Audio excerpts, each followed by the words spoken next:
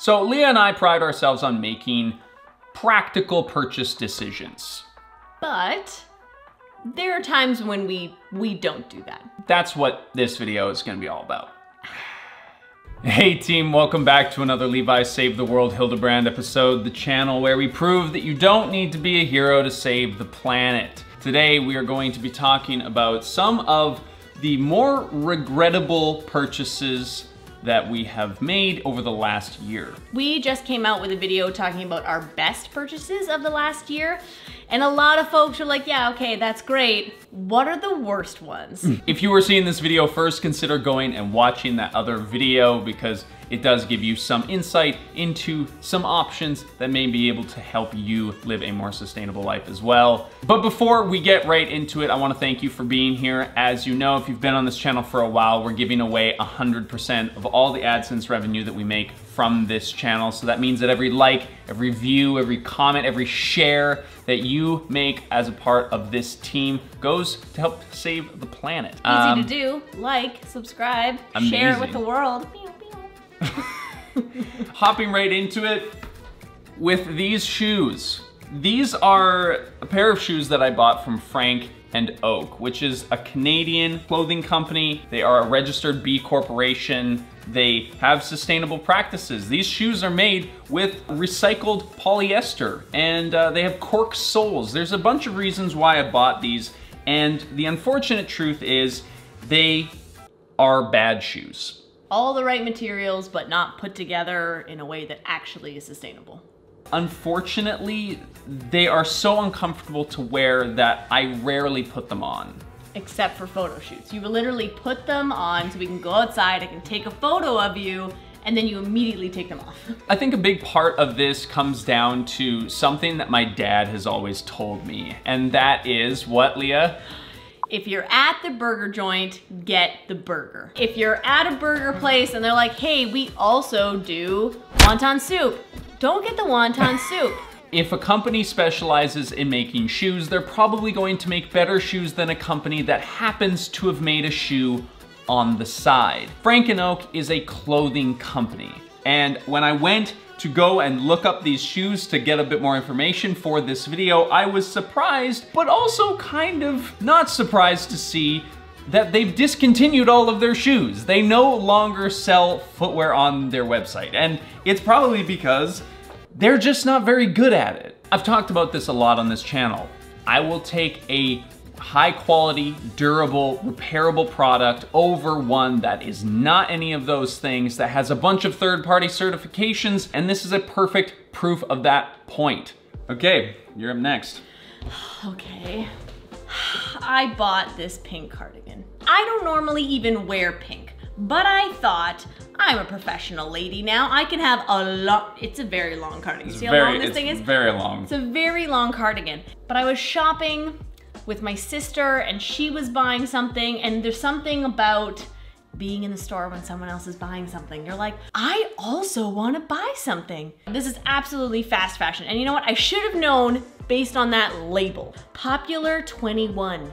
Oh my God, so it's like a Forever 21, but like the knockoff? Yeah, I didn't, oh my God. It's one of those things where like my critical thinking just totally left the building.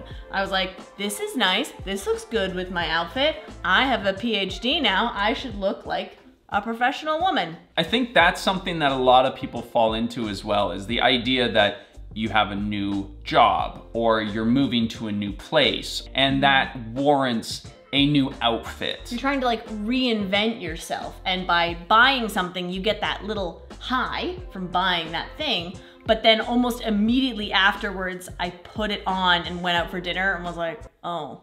When Leah got her PhD, there was a real imposter syndrome feeling, and in order to quell that anxiety that she did not belong, she tried to buy the clothes to look the part. I would say since all of these purchases though, you've kind of reverted back to some of your more casual Leah looking clothing, and you are ironically living your PhD life. You know, you're a teacher now, and the clothes really had nothing to do with that. No, it's just me being a badass. I don't need this pink cardigan to tell me that I'm like beautiful or a badass. Speaking of things that you need in order to be professional, I purchased a drone. This is the Mavic Air, and I have to tell you right now, if you are an individual or even a professional filmmaker, do not buy yourself a drone. Drones and GoPros are a perfect example of a specialty tool. It's something that does a very specific task that you think is gonna be really cool, but often ends up being pretty useless 99% of the time. In the videos that the drone footage is featured, it looks amazing. Rolling shots of us driving cars down the road, nature. A drone shot does add production value, but it isn't worth the liability or the cost that these drones incur. How stressed am I every time we fly the drone? So stressed. Literally for the van video, I'm driving the van while Levi is sitting next to me flying the drone above us. And you are just so anxious. Okay, go faster. Okay, go slower. Do this. Like, it's just unbelievable. Essentially, you're flying around $1,000 that in a split second could disappear and be gone forever, and you're never getting that money back. On top of the cost, there's a huge literal risk. You could murder somebody with this drone very easily. It could just decide to fly in the wrong direction, or fly into a tree, or fly into a car, or a plane, or a person. So don't buy yourself a drone. Was that enough of a rant? Did I cover the bases? Yeah, you did. This is a really cute purse, and I like it. But why do you have it? It was a gift. It was something that someone gave me, and this is something I have a really hard time with. If someone takes the time to think of me and then to buy something or get it secondhand, whatever, I feel obligated to keep it. And I have a really hard, I even have a hard time getting rid of birthday cards. I hold on to them in a stack for years. And Levi will literally read a birthday card, go, that's nice, any money? Recycling. This is a gift from my cousins to Leah, and it was just a secondhand gift. They already had it and it said, was nice. would you like it? Yeah. And I thought, yay, I'm connecting with the cousins. Yeah, I want that. So I thought, let's solidify the bond and I'll take this hand purse. I don't think that Leah is unique in this problem. I think a lot of people receive and give gifts to reinforce relationships, in order to say I love you, in order to say I'm thinking about you. And while those gifts mean very nice things, the physical product that comes from that often ends up going to waste. I think by and large, you shouldn't give a gift just because you want to make a connection with somebody, and you shouldn't feel obliged to keep a gift just because you feel obliged to that relationship. You also don't have a sentimental bone in your entire body. You are ruthless when it comes to getting rid of things. You are the sentimental extreme, and I am the psychopath on the other end. I'm the psychopath on the other end.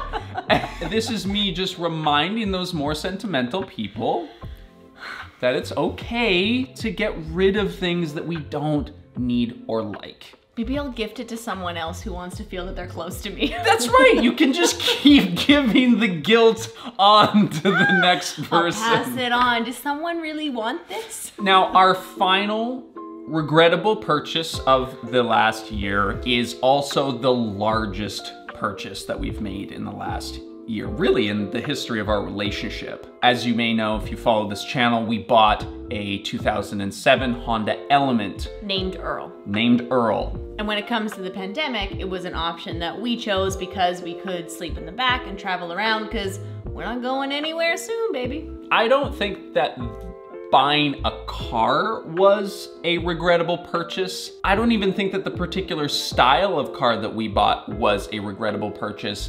Unfortunately, Earl as a vehicle is a bit of a lemon. Oh. It was an emotional purchase, right? Like, it happened pretty quickly. I never like to rush into a purchase decision, even when I've done a lot of research, but there was a whole bunch of factors that made this purchase the wrong purchase. First of all, we bought it from a different city, so I had to travel to go and buy the car. We had already sunk a fair amount of emotional labor into the purchase before we even saw it. A friend of ours had gone to see the car in advance. So when we arrived, we sort of felt like we were already pretty committed. Especially when you're making a larger purchase, you already have more invested in it. But then as soon as there's another person involved who does you a favor, who goes out to look at it, who gives it a test drive, then you feel like, okay, I didn't want to waste your time. I don't want to waste my time traveling over there. On top of that, it was nighttime when I bought the car. I didn't have a lot of time to scrutinize or inspect the vehicle before I made the purchase. And all of those things I overlooked because I just really liked the car. And it has since proven to be, Earl's got a few things we got to work on. The previous owner put an aftermarket stereo system into it, and they were an amateur hobbyist, and they screwed up a bunch of stuff. So the radio doesn't work. There's a hum that happens every time you drive. You turn on, it goes nee.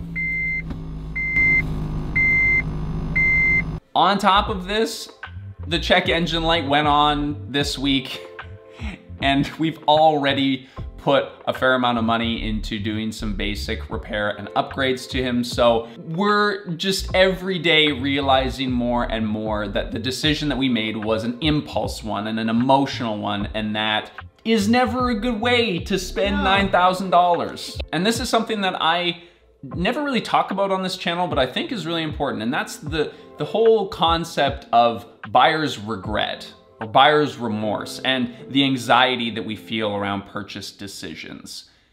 Every time that you buy something, you are making a decision, and decisions are points of anxiety for most people in their lives. The reaction that you have to that purchase in that moment is elation. You're excited, you just bought something. You're like, what? I have a drone. I can be like that guy in the park who's flying the drone. And then there's the corresponding down that you get when you look at the drone sitting on your cabinet shelf being unused months and months down the road. Well, I think it's that difference between buying and owning. And that's why people love like online shopping and that rush of buying all sorts of things or buying multiple of a size just to get the one that's right for you and getting rid of the rest. It's that excitement, but as soon as you actually own the thing, you actually figure out whether it works or not. But I think that remorse is actually useful if you take the time to understand it. If you buy something and you regret it, I mean, don't feel too bad. Like, I mean, we all have to make choices and purchases in our lives, and some of them are gonna be bad and we're gonna regret them. But do feel a little bad. Like, don't, you know, shaming people. use that negative feeling and use it as an opportunity to realize that, okay, is this something I do? Am I a person who is unable to say no to gifts? Am I the kind of person who buys emotionally when they see something that they like? What are those things that you know about yourself? And then actively try to be aware of that the next time that this comes up. This is part of becoming a conscious consumer, right? Exactly. Because the consumer has so much power in terms of telling corporations what we want and how we want to access their goods. It's hard to do. It's super hard. I mean, we obviously don't do it all the time. We make terrible choices with what we buy as well.